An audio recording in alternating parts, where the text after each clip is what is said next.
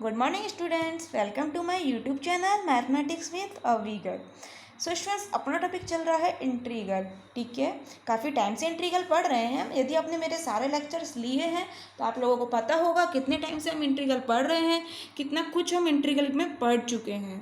काफ़ी अच्छे लेवल तक हम इंट्रीगल को सॉल्व कर चुके हैं स्टूडेंट्स। यदि आपने लेक्चर्स नहीं लिए हैं तो प्लीज़ मेरे चैनल पर जब आप जाएंगे तो वहाँ एक प्लेलिस्ट मिलेगी इंट्रीगल के नाम से, प्लीज़ उसे ले लीजिए स्टूडेंट्स। वहाँ से लेक्चर्स को लेंगे तो आपका ही फ़ायदा है, आपको ही क्वेश्चंस समझ आएंगे किस तरह से करने चाहिए। ठीक है, सो स्टूडेंट्स प्लीज़ मैं सजेस्ट करूँगी इंट्रीगल को अच्छे से पढ़ना है तो सारे लेक्चर ले लीजिए।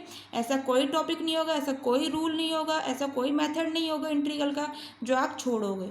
मेरे सारे लेक्चर लोगे तो सब चीज़ें आपकी क्लियर हो जाएंगी। ठीक है, सो स्टूडेंट्स अब ऐसा मत सोच लेना कि मैं चाहती हूँ कि आप मेरे सारे लेक्चर लो इसलिए बोल रही हूँ कि सारे लेक्चर ले लो मेरे आपके बहुत ज़्यादा कंसेप्ट क्लियर हो जाएंगे। ऐसा नहीं है स्टूडेंट्स, वाकई में आपके लिए यूज़फुल है इसलिए बोल रही हूँ। तो मैं आपसे ये कोई ना बोल रही हूँ आप सारे लेने बैठ जाओ।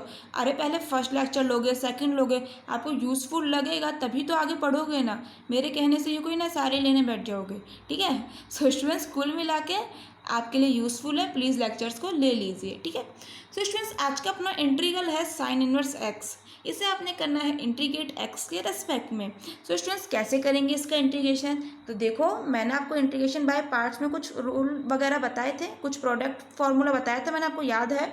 यदि दो फंक्शन हमें दे देता है मल्टीप्लाई में और कहता है उसको इंटीग्रेट करो तो कैसे करना होता है। स्टूडेंट्स यदि आपने वो लेक्चर नहीं लिया है तो लिंक आपको डिस्क्रिप्शन बॉक्स में मिल जाएगा, वहाँ से ले लीजिएगा। ठीक है, वहाँ पे मैंने आपको कुछ और चीज़ें बताई थी तो वो आप प्लीज़ देख लीजिएगा। सो साइन इनवर्स एक्स का इंटीग्रेशन करना है तो आप सोच रहे होगे इसमें इंटीग्रेशन बाय पार्ट्स खंड से समाकलन कैसे लग रहा है। वहाँ तो हमें दो फंक्शन दे देते मल्टीप्लाई में, अरे यहाँ तो एक ही दिया है साइन इनवर्स एक्स, तो उस फॉर्मूले से कैसे पॉसिबल है भाई इसका इंटीग्रेशन। तो देखो स्टूडेंट्स बिल्कुल उसी फॉर्मूले से पॉसिबल है इसका इंटीग्रेशन। कैसे क्यों वो चीज़ें अभी समझ आ जाएंगी जब हम इसका इंटीग्रेशन सॉल्व करेंगे। बट इससे पहले आपको याद होना चाहिए एक फार्मूला। ठीक है, एक मेथड मान लो, एक नोट मान लो, फार्मूला नहीं एक नोट मान लीजिए स्टूडेंट्स। वो आपको रूल याद होना चाहिए, सच बता रहे हैं आपके लिए यूज़फुल है। इसी क्वेश्चन के लिए नहीं, इस टाइप के और भी क्वेश्चन होंगे उनके लिए भी यूज़फुल है। तो स्टूडेंट्स देख लेते हैं अपना वो फार्मूला। मैंने आपको लास्ट लेक्चर में भी बताया था जब हमने करा था लॉग एक्स का इंटीग्रेशन।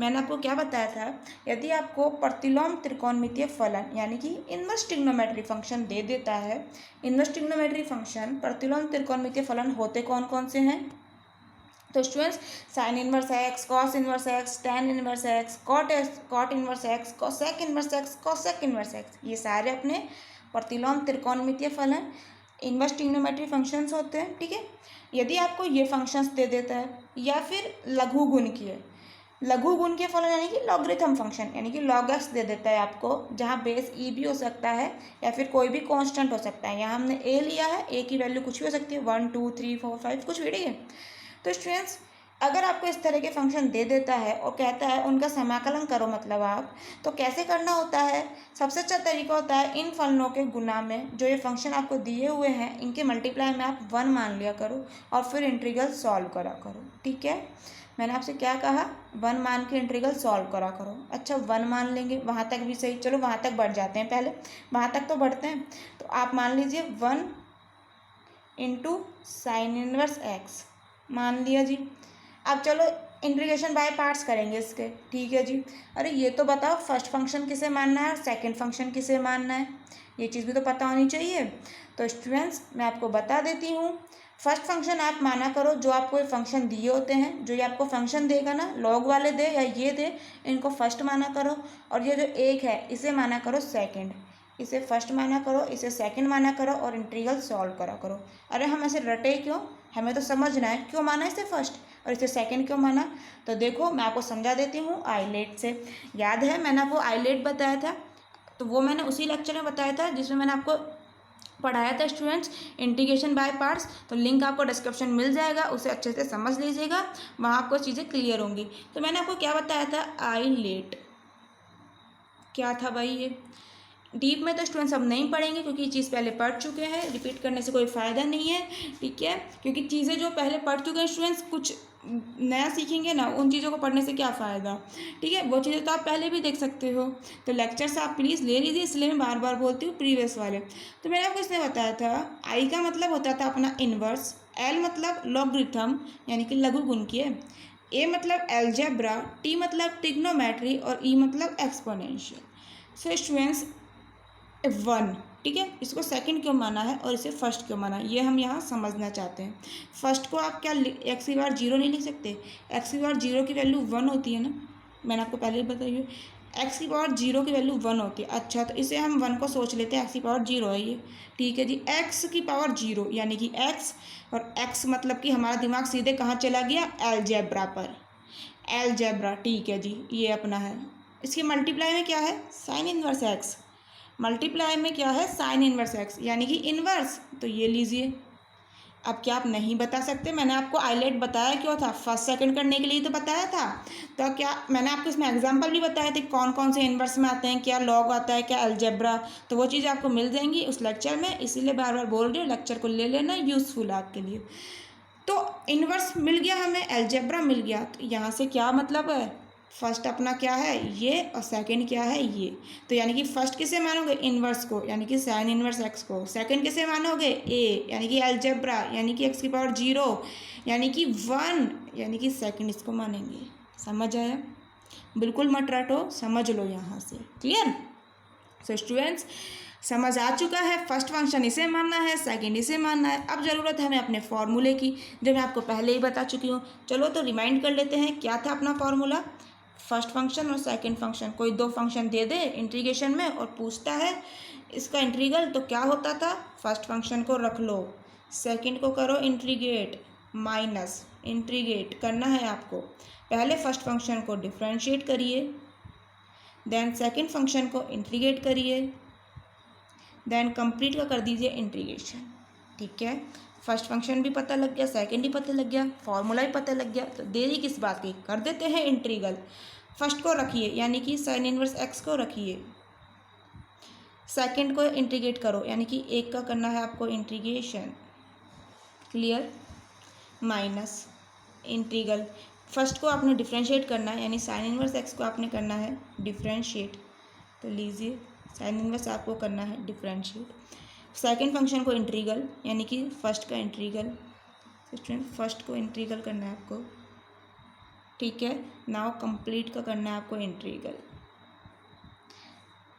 साइन इनवर्स एक्स, एक क्या होता था स्टूडेंट्स इसका इंटीग्रेशन, क्या याद है, मैंने समझाया था कैसे होता था, क्या होता था, देखिए दोबारा जान लेते हैं कैसे इसका इंटीग्रल होता था। तो देखो मैंने आपको बताया हुआ है एक्स की पावर एन का फॉर्मूला, क्या, एक्स की power N plus one upon N plus one. आज हमने करना है इस एक का इंटीग्रेशन, एक को आप क्या लिख सकते हो, एक्स की पावर जीरो, अभी बताया एक्स की पावर जीरो की वैल्यू वन होती है, तो एक्स की पावर जीरो यानी कि एन की जगह हमें आज जीरो दे दिया, तो अरे फॉर्मूले में एन की जगह जीरो लिख दो, तो जीरो प्लस वन अपॉन में zero plus one, zero plus one क्या हो गया वन, अपॉन में भी आपका वन। अरे स्टूडेंट्स इसमें वन का डिवाइड कर रहे हो तो यही टर्म आनी है, और एक्स की पावर वन का मतलब है क्या, एक्स ही तो है, तो इंटीग्रल समझ आया कैसे एक्स होता है इसका इंटीग्रल कर लीजिए अपना एक्स।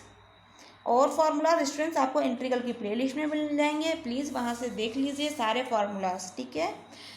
अब आता है स्टूडेंट्स अपना डिफ्रेंशिएशन का फार्मूला, तो साइन इनवर्स एक्स का डिफ्रेंशिएशन क्या होता है स्टूडेंट्स, मैंने आपको पहले भी बताया हुआ है, क्या होता था, वन अपॉन में अंडर रूट में वन माइनस एक्स स्क्वायर, ठीक है, डिफ्रेंशिएशन कर दिया। अब क्या करना है, वन का इंटीग्रेशन अभी बताया एक्स होता है, तो लीजिए एक्स, और कंप्लीट का करना है इंटीग्रेशन, क्या आ गया अपना, इस एक्स को आगे लिख लेते हैं x sine inverse x minus integral करना है आपको एक्स अपॉन में क्या है, एक्स को वन से मल्टीप्लाई कर दिया यानी कि x one minus X square दिया हुआ है अंडर रूट में और अपना डी एक्स, ठीक है। इसका करना है स्टूडेंट्स आपको इंटीग्रेशन, तो कैसे करेंगे इसका इंटीग्रेशन स्टूडेंट्स, बहुत सिंपल है, वन माइनस एक्स स्क्वायर को टी मान लीजिए, तो मान लेते हैं, let one minus X square is equal to T, differentiation कीजिए, वन कांस्टेंट है, डिफ्रेंशिएशन जीरो हो गया, माइनस एक्स स्क्वायर पावर का करेंगे पहले डिफ्रेंशिएशन,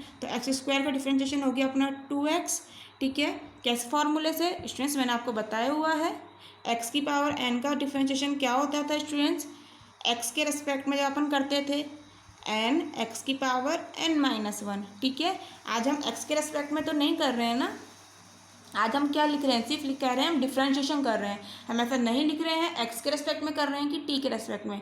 क्यों नहीं लिख रहे हैं ऐसा, मैंने आपको जैसा कि पहले बताया था, यहाँ एक्स का फंक्शन है, यहाँ अपना टी का फंक्शन है, तो आप ऐसे कैसे लिख सकते हो कि एक्स के रेस्पेक्ट में कर रहे हो। ऐसा दोनों तरफ एक्स का फंक्शन होता तब लिख सकते थे, ठीक है।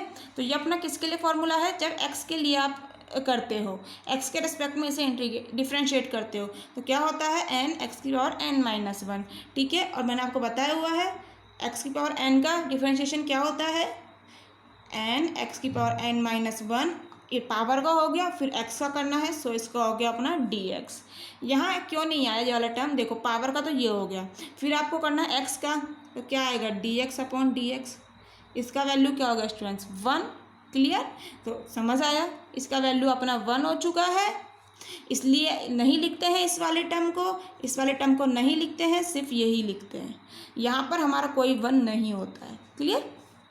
तो अपना आज क्या है एक्स स्क्वायर का, एक्स स्क्वायर को हम यहाँ कर रहे हैं, ठीक है। तो यानी कि n की जगह 2 लिख देना है, सो 2 एक्स की पावर 2-1, 2-1 क्या हो गया 1, यानी कि 2x, यही करा है।